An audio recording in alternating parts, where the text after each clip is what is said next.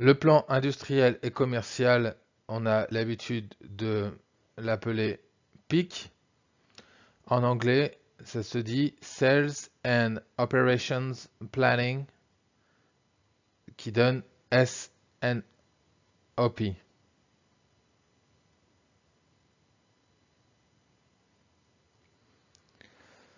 Le programme directeur de production, le PDP, en anglais, on parle de Master Production Schedule, MPS, et le calcul des besoins nets,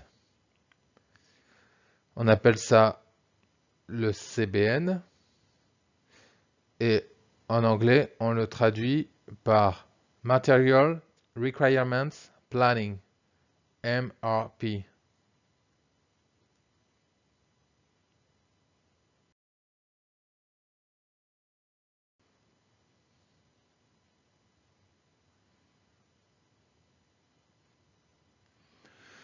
Donc, quand on parle de PIC, de PDP, ce sont deux niveaux différents de planification. Dans ces deux niveaux, on ne regarde pas la même chose et on ne planifie pas de la même manière. Donc, dans le processus, on part toujours du plan stratégique. Ce plan stratégique va se décliner en un plan industriel et commercial, donc le PIC, qui est le premier niveau de planification. C'est le niveau le plus haut. C'est un niveau où on va faire une planification plutôt macroscopique. Et ce PIC, ce plan industriel et commercial, va se décliner dans un deuxième niveau que l'on appelle le PDP, qui est un éclatement du PIC, donc le niveau inférieur. Et ce PDP lui-même va également se décliner en un calcul des besoins nets pour donner les besoins en composants. Ce sera le troisième niveau de planification. On parle de planification multiniveau pour parler de ces trois étages de planification. PIC, PDP, CBN. En anglais, SNOP, MPS, MRP.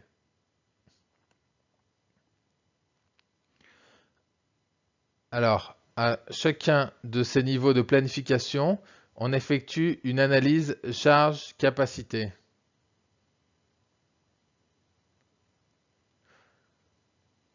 Pour le PIC, les charges globales. Pour le PDP, les macrocharges. Pour le CBN, les charges détaillées. Donc, à chaque niveau de planification, on a une analyse charge-capacité à réaliser qui sera menée de manière différente, puisqu'on ne va pas forcément regarder les mêmes choses, on n'a pas les mêmes objectifs quand on fait une adéquation charge-capacité au niveau du PIC ou au niveau du PDP. Dans le cas du PIC, ça sera plus macroscopique. Dans le cas du PDP, ça sera plus détaillé. Donc, c'est une planification multiniveau, trois niveaux de planification. Et en face de ces trois niveaux de planification, une adéquation charge-capacité.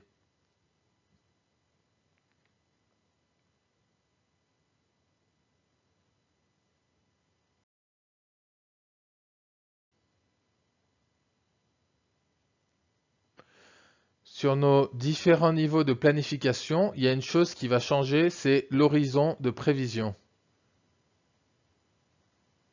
Donc, il y a trois niveaux, PIC, PDP, CBN.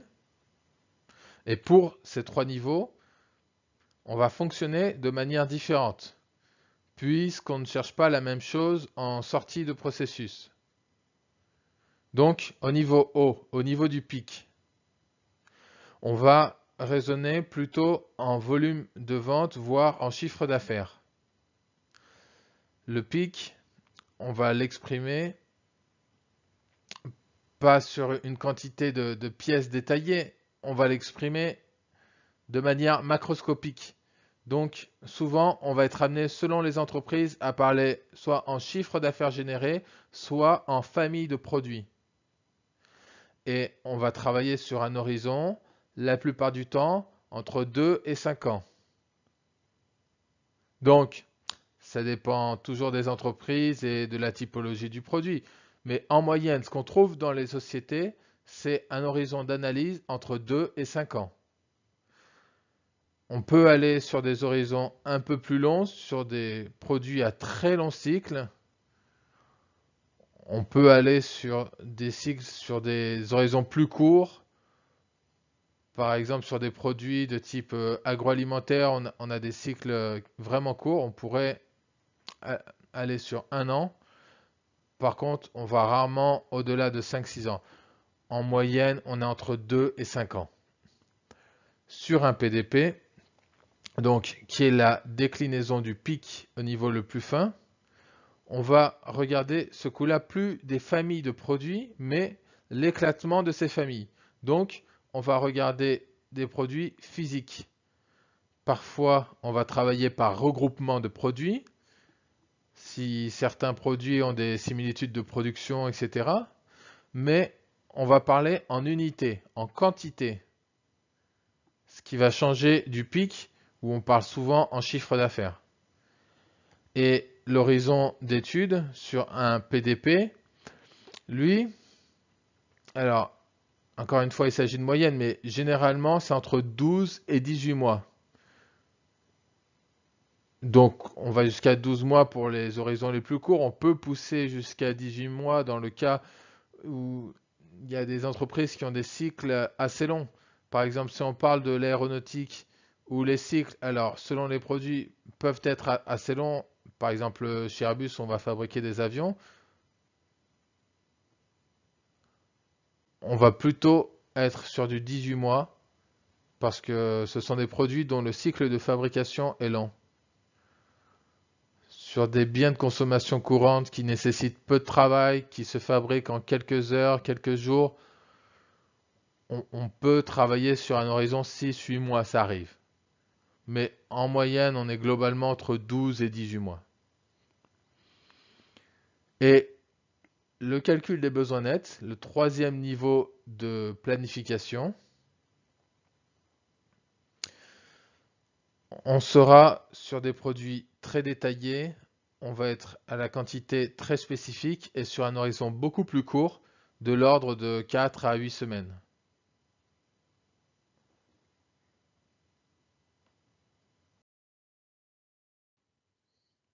Le PIC, en tant que premier étage de notre planification multiniveau, on se situe tout en haut de la pyramide. Il a comme entrée la demande de nos clients et la sortie du PIC s'appelle le Production Plan. Et donc, l'objectif de ce Production Plan, de ce processus PIC,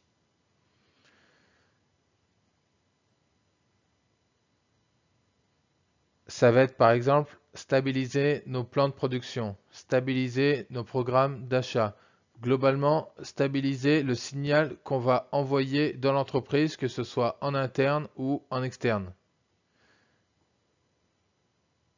Tout ça, ça a un but qui est d'augmenter la satisfaction des clients.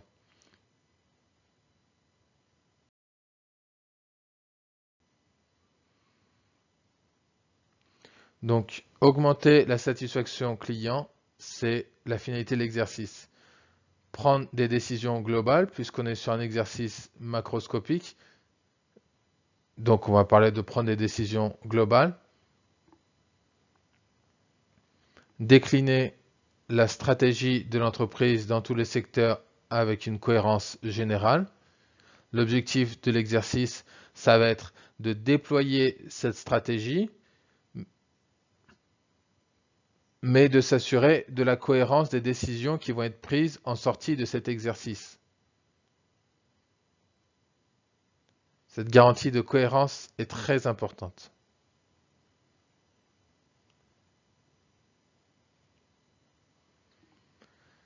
Optimiser l'utilisation des ressources.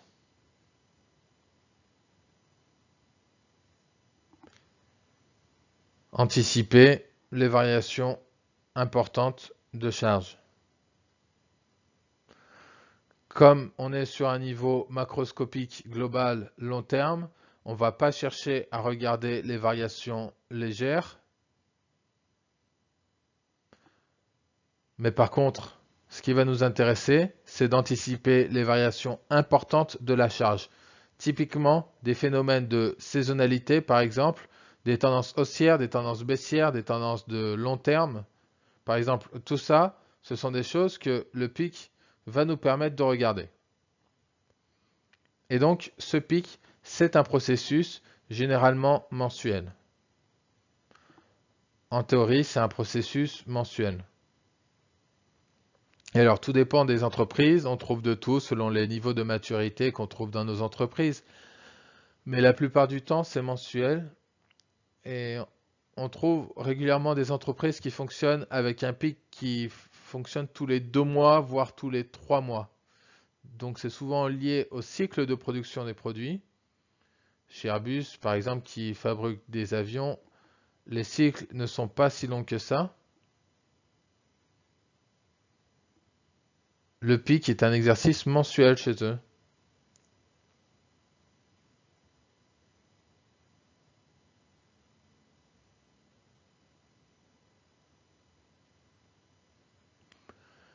Dans la majorité des cas, on est sur un processus mensuel. C'est une routine qui va revenir tous les mois, qui va s'ajuster selon l'évolution de la demande.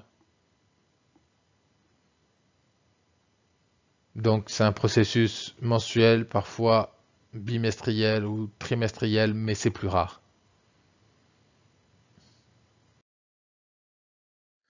Pour le pic, il y a plusieurs étapes. La première étape va être de récolter la demande qui provient de nos clients. Toutes nos entreprises ont des clients, un nombre infini de clients, parfois très nombreux, parfois quelques-uns, mais des clients toujours. Donc l'idée, c'est de récupérer l'ensemble de la demande client. La demande, ce qui est important, c'est de la prendre en globalité. Donc d'aller chercher tout ce qui rentre dans les besoins qui sont appelés à être fabriqués, que ce soit la réparation ou les pièces de rechange, aussi bien que les produits classiques que l'on vend. Donc on récolte cette demande, ça nous donne des prévisions de vente pour un horizon de quelques années.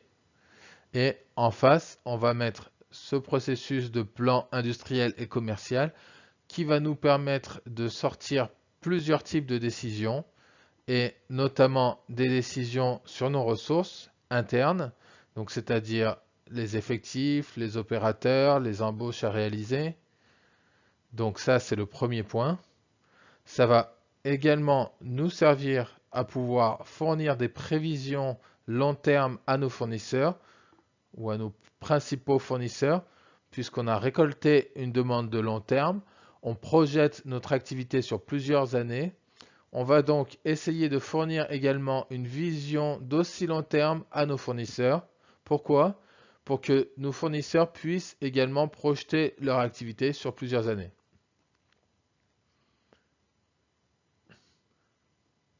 On est dans un mode de pensée supply chain collaboratif.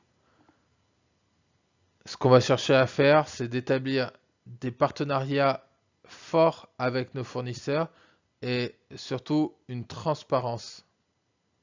C'est vraiment établir des relations proches avec nos fournisseurs. Donc l'intérêt de travailler ensemble, c'est d'être transparent, c'est de pouvoir transmettre nos prévisions à nos fournisseurs le plus loin possible pour leur permettre aussi d'organiser leur activité le plus loin possible.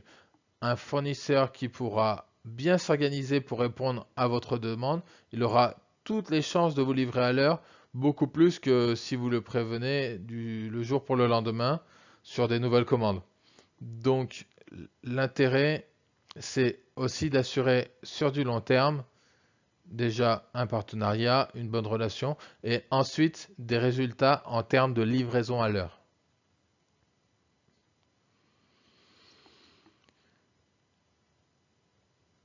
Ça peut nous servir aussi à avoir une visibilité sur notre pilotage des stocks et par exemple des stocks stratégiques qui pourraient être mis en place.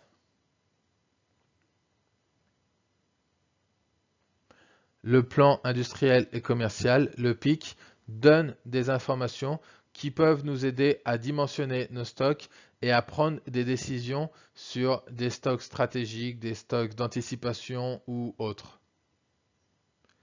Donc, plusieurs types de décisions que le PIC a vocation à fournir. Alors, pour fonctionner, le PIC a besoin d'entrées et il va fournir des sorties. Donc, c'est un processus qui est lourd, qui est complexe. Donc, en entrée, pour pouvoir le mener et faire une analyse complète, il va nécessiter un grand nombre d'informations et de paramètres qui vont nous permettre de mener une analyse robuste. Donc, au niveau des entrées nécessaires pour pouvoir mener l'exercice, on a deux choses. On a tout d'abord les besoins et les ressources.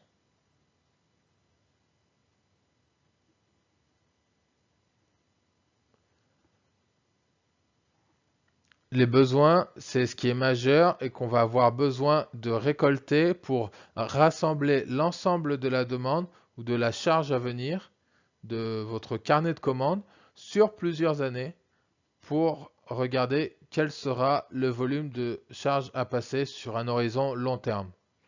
Donc pour ça, on va récupérer le plan prévisionnel des ventes, mais on va aussi aller chercher un peu plus loin. On va aller s'intéresser par exemple aux opérations de marketing. Pourquoi? Parce que le marketing a tendance à générer par exemple des opérations promotionnelles sur des produits qui peuvent faire évoluer la demande fortement. Si demain dans votre entreprise, votre service marketing décide de faire une offre commerciale très agressive, il baisse les prix ou faire une promotion incroyable sur un produit, il y a de fortes chances que ce produit soit acheté en masse. Donc les volumes de vente explosent. Donc ça, ce sont des informations qui vont être nécessaires. Parce que si vous prévoyez des promotions, vous prévoyez également d'écouler plus de produits et donc d'en produire plus. Les nouveaux produits, c'est également une entrée. Un nouveau produit qui arrive sur le marché, c'est potentiellement un nouveau besoin, un nouveau produit à fabriquer. Donc, un nouveau produit, c'est une hypothèse qui est très importante, qu'il faut prendre en compte parce que ça va nécessiter probablement une réorganisation d'une partie d'une ligne de production ou une nouvelle demande qui va aller chercher un nouveau marché et donc des nouveaux clients à servir. Donc c'est une information importante. Les rechanges. Les rechanges font partie du besoin. Donc s'intéresser à la rechange, c'est obligatoire. Selon les produits que vous vendez, évidemment. Mais les pièces de rechange ont une importance parce qu'ils peuvent, selon votre industrie, représenter des volumes assez importants. La rechange, dans certains domaines, c'est aussi des pièces détachées qui sont vendues beaucoup plus cher que les pièces de série et donc qui représentent un gain important économiquement pour l'entreprise. Donc c'est un marché à ne pas négliger parce que souvent les marges sont nettement meilleures sur les pièces de rechange que sur les pièces de série. Donc ça peut avoir son importance dans l'adéquation économique, dans l'équation économique. Donc ça, c'était pour les besoins. Autre type d'entrée nécessaire pour l'exercice, ça va être nos ressources. Quelles sont les ressources dont on dispose? Donc, on va aller regarder l'évolution de nos effectifs sur l'horizon de l'analyse, donc à plusieurs années. Qu'est-ce que ça veut dire? Ça veut dire quelle est l'évolution prévisionnelle des effectifs de notre entreprise? Est-ce qu'on a des départs projetés à plus ou moins long terme, des gens qui vont partir en retraite, des congés à long terme, des congés sabbatiques, des nouvelles recrues qui sont prévues. Donc, toute l'évolution de notre effectif, il est à prendre en compte, puisque c'est ce qui va donner notre capacité. Et on va chercher en permanence à comparer la charge de travail avec notre capacité. Donc, pour être clair sur notre capacité, il faut avoir une vision très claire sur notre effectif et son évolution.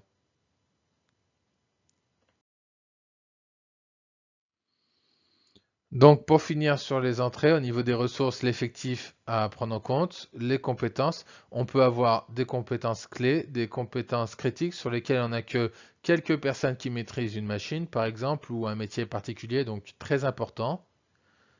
Calendrier de l'usine, calendrier des travaux, ça peut avoir son importance, notamment pour les entreprises les usines qui ont des fermetures estivales, ça peut être important parce que si vous arrêtez toutes les usines pendant 2 semaines ou 3 semaines, c'est évidemment quelque chose à prendre en compte parce que c'est 2 ou 3 semaines pendant lesquelles vous n'allez pas produire. Donc, effectivement, c'est à prendre en compte. Ça fait un impact important sur votre production et donc sur votre capacité.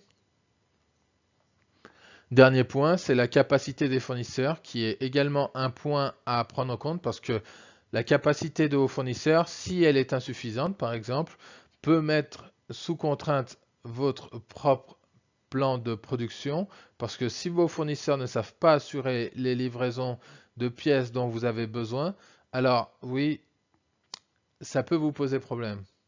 Donc, dans un pic, on a un zoom sur la partie fournisseur importante parce que la défaillance d'un fournisseur peut conduire à une replanification importante pour s'adapter en cas de crise majeure. Un exemple,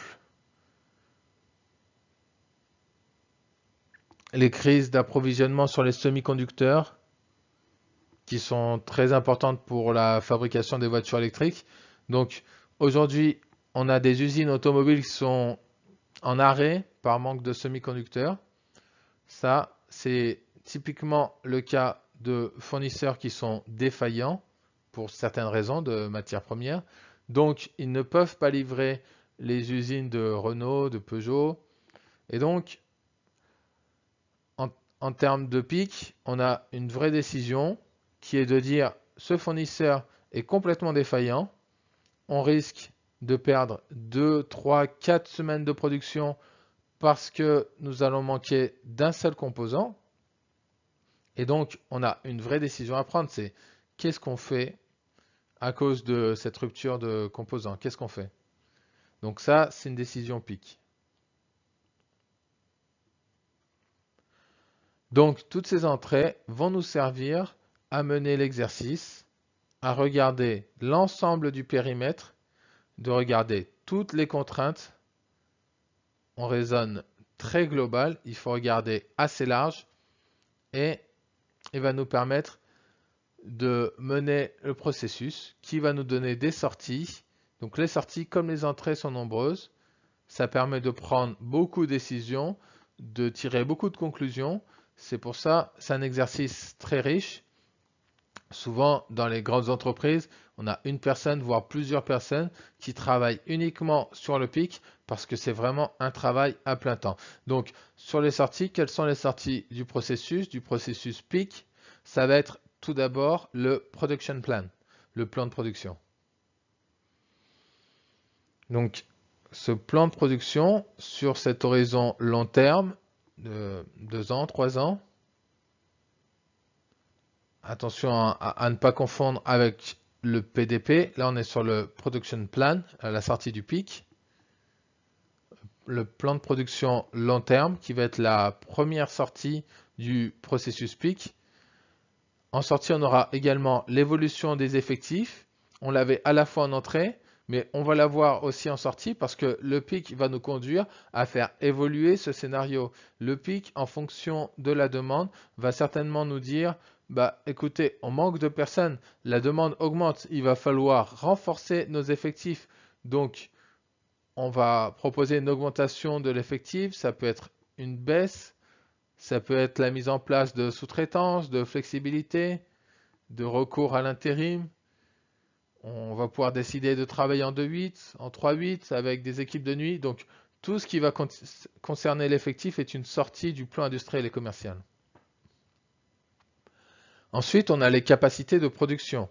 Le pic, selon ces résultats, va nous permettre de déterminer une capacité nécessaire pour produire le besoin qui nous est demandé. Cette capacité, elle se traduit à la fois en hommes, mais à la fois en machines. Le pic peut typiquement nous dire, au regard de l'évolution de notre marché, nous allons devoir produire plus, nous allons donc devoir acheter une machine supplémentaire. C'est possible. Ça va nous donner aussi des indications sur les investissements à réaliser, sur les machines. Le pic va nous dire s'il faut investir dans de nouvelles machines. La création de stock stratégique peut être une sortie si le pic nous permet de mettre en visibilité un certain risque. La recherche de nouveaux sous-traitants, etc. Les sorties du pic sont très nombreuses.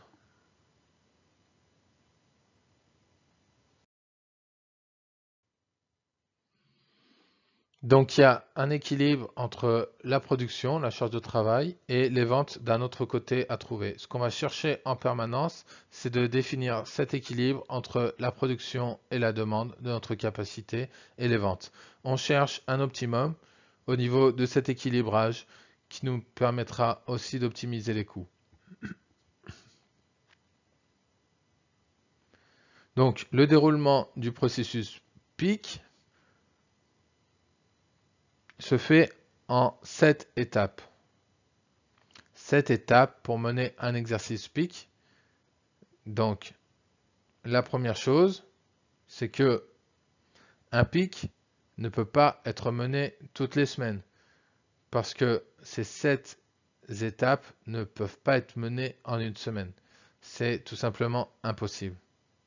Alors, première étape, ça va être la collecte des données. Collecter les données, récupérer la demande, récupérer toutes les informations qu'on a listées en entrée du processus, les ventes, les retards au niveau des stocks, les opérations promotionnelles à venir, etc. La première étape, ça va être de récolter l'ensemble des données qui vont nous permettre de mener l'exercice. Étape 1. Ensuite, une fois qu'on a collecté l'ensemble de ces données, et notamment la demande, on a ce qu'on appelle une phase demande qui va être l'actualisation du plan des ventes. Donc, on va décliner cette demande que l'on reçoit de nos clients en un plan prévisionnel. On va essayer de mettre mois par mois. Donc, on est souvent sur des périodes mensuelles. Donc, on va actualiser le plan prévisionnel des ventes. Et suite à ça, on va analyser la faisabilité en production. Ces 3 premières étapes, on peut les rassembler dans ce qu'on appelle la préparation de l'exercice. Donc, on collecte, on actualise le plan des ventes et on analyse la faisabilité de ce plan en termes de production. Une fois que l'on a fait cette analyse de faisabilité de production, c'est à ce moment-là où on a beaucoup d'informations sur ce qu'il va falloir faire ou ne pas faire. Donc, on va alimenter cette analyse de faisabilité en prod. Ça va alimenter une réunion préparatoire que l'on appelle pré-PEAK. Donc, c'est un processus théorique, c'est-à-dire c'est la manière dont ça se passe normalement. C'est pas en place partout, mais c'est un objectif. C'est ce qui a été démontré comme fonctionnant le mieux possible. Donc, on analyse la faisabilité et on fait une réunion préparatoire que l'on appelle le pré-PEAK. Cette réunion, elle va la plupart du temps rassembler les responsables de production, les managers d'un certain niveau déjà, et ça va servir à prendre les premières décisions qui peuvent être arbitrées au niveau de ces directeurs-là. Donc, on va être sur des directeurs d'usine, directeurs de fabrication, directeurs des approvisionnements, ce type de niveau-là. Et cette réunion, elle va permettre de prendre des décisions ou d'élaborer des scénarios qui vont être présentés en étape 5 en PEAK. La réunion officielle qu'on appelle le PEAK et qui va rassembler l'ensemble du comité de direction Normalement, dans une entreprise, en théorie, les participants à la réunion finale du plan industriel et commercial mensuel doivent être l'ensemble du comité de direction. Donc, c'est des réunions d'un haut niveau, mais c'est seulement ce niveau-là qui me permettra de prendre des décisions adaptées puisqu'on est sur des décisions structurantes pour une société. On est sur des coûts qui peuvent être très importants. On décide d'investissements qui sont lourds. On prend des décisions qui ont des impacts financiers importants, des embauches, de la sous-traitance, de l'intérim, de l'achat de machines, de la constitution de stock. On parle de sommes très importantes. Et donc, on a besoin de gens qui sont au sommet de l'entreprise. Et surtout, on va mettre en cohérence les décisions au travers de l'ensemble des départements de l'entreprise. Cette cohérence, comment elle se fait? Elle se fait aussi parce que l'ensemble de la direction est réuni, décide ensemble et va pouvoir décliner les décisions, chacun dans son secteur. Le tout en s'alignant avec la stratégie de l'entreprise. Donc suite à cette réunion, on va être dans la réalisation des actions, c'est-à-dire chaque directeur part avec ses actions, ses décisions et va les mener dans son secteur. Et ensuite, la dernière étape, une fois que tout a été validé, que toutes les décisions structurantes ont été prises, il va falloir mettre à jour le plan directeur de production qui est la sortie du processus PIC. Donc, le PIC a pris des décisions. On va les réintégrer maintenant dans notre plan de production et ça va pouvoir passer dans une planification inférieure de niveau plus détaillé qui est le programme directeur de production, le PDP. Donc, cette boucle, cette étape, il y a beaucoup de travail depuis la collecte jusqu'à l'analyse de faisabilité, puis jusqu'aux réunions de validation, de prise de décision et enfin la remise à jour du plan directeur de production. Une fois que toutes les étapes sont passées, ça prend un certain temps. Dans les grosses entreprises, les entreprises nationales, internationales, on est sur un cycle qui dure la plupart du temps entre 2 et 3 semaines. De l'étape 1 à l'étape 7, on est sur 2 à 3 semaines. Ça peut aller même un peu plus loin que ça, sur des entreprises un peu plus grosses ou un peu moins matures, mais on est en moyenne sur un cycle de décision du début jusqu'à la toute fin qui est de plusieurs semaines.